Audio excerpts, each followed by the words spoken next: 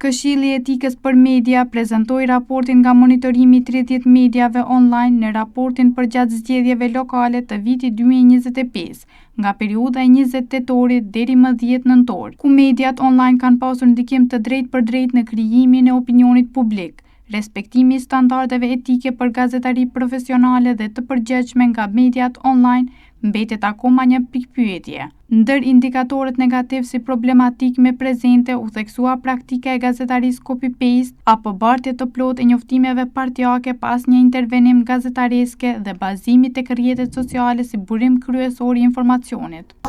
85.7% të mediave, të cilat janë monitoruar nga 30 gjithsej, ku përfshin më shumë media nga ombrella jona, apo që kemi ProMedia MK, dhe 5 media të cilat janë selektuar nga ato të cilat nuk janë pjesë e ProMedias. 85.7% të mediave kanë transparencë, kanë impresion, kanë përbërjen e tyre e kanë të publikuar në mënyrë transparente, dhe 1% shumë e vogël nuk e kanë të publikuar, dhe kjo dëshmon se vetë rregullimi është një mjet i cili ka ndikuar mjaft që këto media të kenë një transparencë të plotë dhe të respektojnë vlerat etike dhe profesionale në fushë.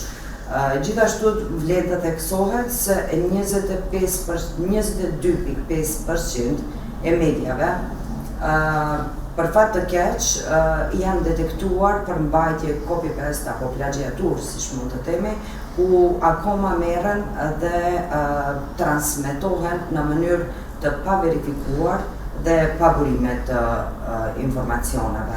25.7% e lajmeve mbështeten te rrjetet sociale si burimi i informacionit, por nuk kanë anën tjetër, nuk kanë burime të sigurta e të tjera. Se Këshilli Etik i Mediave këtë dokument e merr si një piknisje për të përmirësuar fushën mediatike, për të vepruar në ato ngecje, sfida të cilat i kemi, dhe për të vepruar më tej me projekte të tjera të cilat do të ndihmojnë që të kemi një fushë mediatike profesionale dhe etike. Rekomandimet e dala nga raporti i monitorimit këshillojnë gazetarët të obligohen të sigurojnë të paktën 2 burime të pavarura gjatë raportimit të tyre, si dhe të përforcohet praktika e verifikimit të fakteve dhe të minjanohet sensacionalizimit, thonë nga Këshilli i Etikës. Prvo, da se zajakne ureduvačkата politika.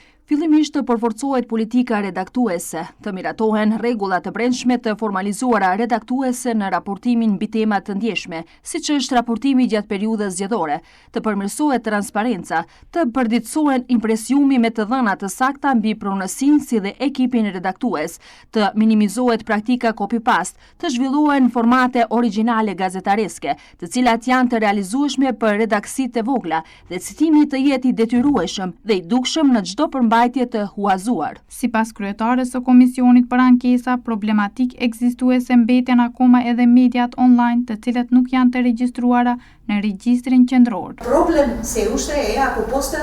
Problematik është nëse akoma ekzistojnë online media të cilat nuk janë të regjistruara. Paraqitet pikpyetja kush duhet të mbikëqyr punën e tyre. Këto pikpyetje akoma nuk janë zgjidhur përfundimisht.